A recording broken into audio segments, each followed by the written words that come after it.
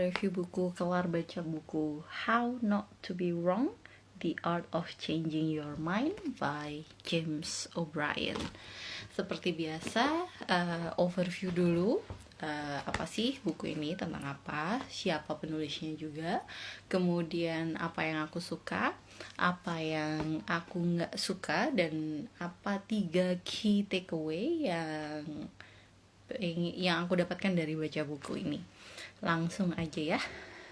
Pertama, overview dulu bukunya ini tentang apa dan siapa penulisnya. Kenapa siapa penulisnya menurutku penting? Karena si James O'Brien ini dulu sebelumnya nulis How to Be Right.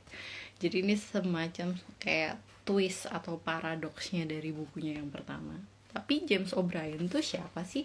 James O'Brien itu dia bisa dibilang presenter, dia penyiar radio, dan ditulis kalau di sini tuh di belakang bukunya tuh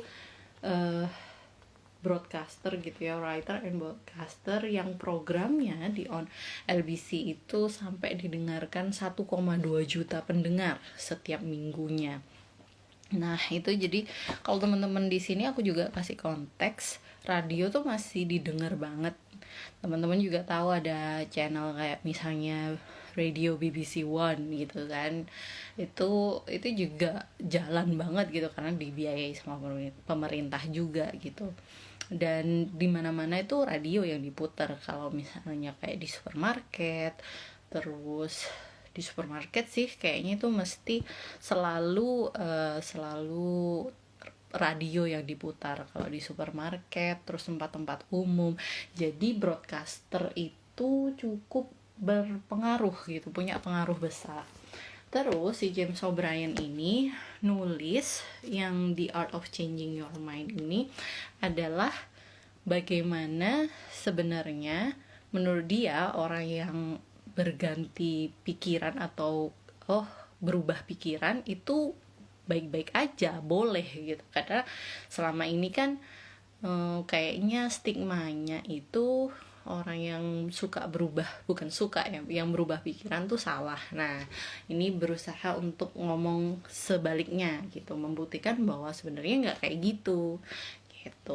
Itu overview bukunya. Aku tertarik karena how not to be wrong, gimana biar gak salah. Bukan ngomong tentang bagaimana caranya untuk menjadi orang yang benar, tapi gimana biar gak salah gitu.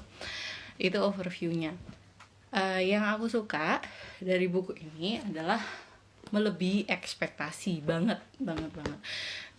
Karena kenapa dia kasih contoh tuh yang sangat terkini, dan dia dengan berani, menurutku cukup vulnerable dan berani ya gitu, kalau dia mau jujur bahwa apa aja dia udah bikin salah apa aja gitu di zaman dulu. Istilahnya dulu tuh aku mikir kayak gini dan ternyata itu salah. Nah itu mulai dari abusive culture di education, tato, vegetarian, body shaming, pernikahan. Dan karena ini diterbitkan tahun 2020, dia juga bahas tentang pandemi.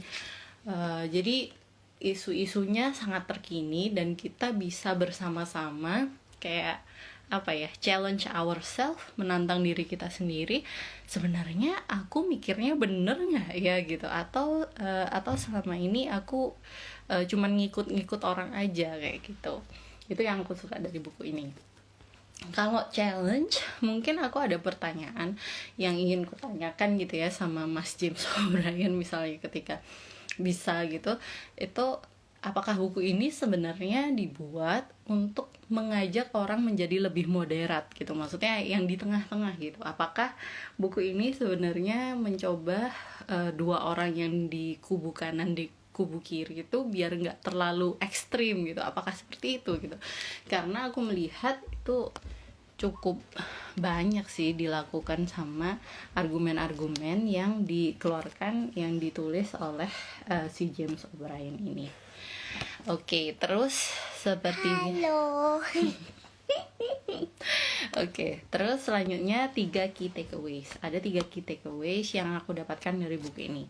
Pertama, purpose of the book. Itu dia tulis di sini adalah to show how much better it would be if none of us were unthinkingly wedded to any of them. Oh, gimana Namira? IG flip mirror filter. Oh, oke, boleh. Siap.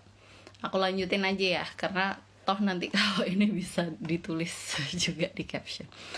Thank you Nami buat sarannya.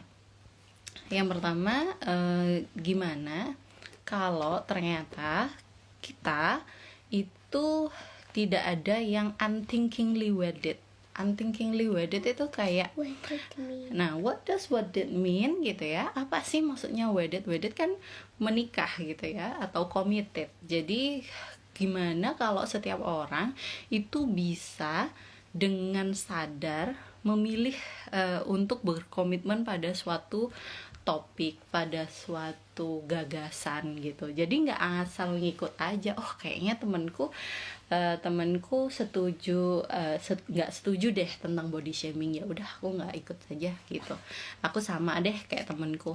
Tapi masalahnya bukan di situ, kamu paham nggak sih sebenarnya body shaming itu apa gitu. Nah itu jadi buku ini bertujuan untuk bener-bener challenge gitu, sebenarnya apa yang ada selama ini, gagasan yang ada di dalam kepalamu itu apakah kamu betul-betul memikirkan untuk seperti itu, ya it's right atau enggak gitu. Apakah selama ini ya udah kamu diajari kayak gitu, ya udah tanpa kritis, tanpa berpikir lebih lanjut, apakah hanya seperti itu gitu. Jadi tujuannya buku ini ia tulis seperti itu key takeaways yang pertama, karena menurutku itu ya hal yang bagus itu untuk dijadikan exercise, dijadikan latihan untuk menjadi kritis. Yang kedua adalah stigma ketika kita berubah pikiran itu kan jelek, kayak kalau di Indonesia bahasa Indonesianya pelin-pelan gitu, kamu tuh orang pelin-pelan kok gonta-ganti sih gitu. Changing mind itu pelin-pelan. Nah apakah itu buruk? Apa betul itu buruk? Nah, kalau yang menurut si James O'Brien ini bukan sering berubah pikiran ya, tapi ketika ada sesuatu hal, kamu setuju atau enggak, ketika berjalan waktu misalnya 1 tahun setelahnya, apakah kamu mau, apakah kamu berani untuk evaluasi diri bahwa kamu sebenarnya gagasan tersebut itu bener-bener udah dipikirin gak sih gitu. Ketika setahun kemudian terus ternyata oh kok aku mikirnya kayak gitu ya gitu, itu juga nggak apa-apa gitu. Jadi buku ini dia kasih semacam timeline gitu, apa aja yang dulu dia udah pernah berubah pikiran, yang dulu dia kekeh banget, bahkan kalau di show-nya, di radio show-nya dia itu sampai yang kalau bahasa Indonesia mungkin ngajak tawuran gitu, berdebat gitu. Nah dia mencatat di topik-topik mana dia yang dulunya sangat-sangat kekeh, bersikukuh, tapi ternyata ketika menemukan orang yang tepat yang mampu menunjukkan blind spotnya dia, bahwa kok kenapa kamu mikir kayak gini, terus dia mendapatkan yang kalau orang Inggris bilang tuh penny dime moment gitu. Jadi kayak ada silent terus ada uang jatuh dan bisa clear banget terdengar. Nah itu yang di hal kedua ini, di key takeaway yang kedua ini, apa benar emang jelek atau enggak sebenarnya berganti pikiran, berubah pikiran tuh. Key takeaway yang terakhir itu dia key takeaway yang terakhir itu ada, dia kasih 3 pertanyaan untuk challenge our strong preference. Jadi ketika kita sudah punya preferensi yang sangat-sangat kuat, kita coba tanyakan 3 pertanyaan ini. Pertama, what are you afraid of? Apa sih sebenarnya yang kamu takut? Terus, what are you really angry about? Dan yang terakhir, how would you feel if the roles were reversed? Nah, misalnya contohnya, kalau yang contoh yang dikasihkan di sini misalnya tentang pernikahan, antara menikah dan tidak menikah, atau pernikahan atau relasi itu harus dilegalisasi dalam pernikahan atau enggak. Nah, itu yang disebut di sini. What are you afraid of? Jadi dia lagi telepon sama orang yang mendukung bahwa pernikahan tuh wajib, harus gitu.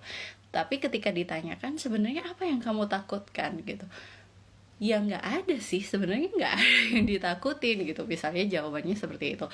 Atau yang kedua, kamu terlihat terlihat atau terdengar sangat marah kalau misalnya ada orang yang tidak melakukan legalisasi relasi itu dalam bentuk pernikahan.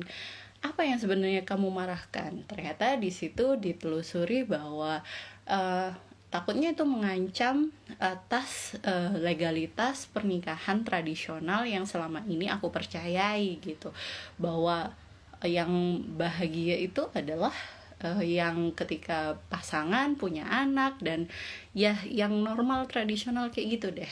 Nah, tapi kemudian kan ada fakta tentang perceraian, ada fakta tentang macam-macam tentang pengasuhan anak dan segalanya. Ketika ditanyain kayak gitu, ya enggak juga sih ternyata gitu. Ternyata ya enggak marah-marah banget sebenarnya. Terus yang terakhir, how would you feel if the roles were reversed? Jadi kalau misalnya dibalik perannya, misalnya kamu yang berada dalam posisi orang yang mungkin memilih untuk tidak melegalisasi perkawinan atau pernikahan tersebut, gimana gitu. Nah, itu biasanya pertanyaan terakhir itu kan bisa kemudian meletakkan diri kita di tempat orang lain dan bisa memberikan apa ya, kayak empati ya, kayak gitu. Itu menurutku pertanyaan yang kuncian banget gitu. Jadi benar-benar ketika baca ini kemudian jadi sini sayang, itu jadi kayak retrospeksi sendiri gitu. Kayak gimana sih, oh iya ya benar nggak sih, ya jadi benar nggak sih sebenarnya kalau kita itu ketika kita punya strong preference, ketika kita udah ngotot sama satu hal, sebenarnya apa yang kita takutkan gitu. Kalau misalnya hal yang no, I'm not angry. Jadi misalnya kalau kita ada di orang yang sangat ngotot itu, maka sebenarnya takut apa sih? Sebenarnya marah apa sih gitu ya, Hayu ya. Terus sebenarnya kalau misalnya dibalik perannya, gimana sebenarnya kita, apa benar kita mau dikucilkan misalnya sampai gitu.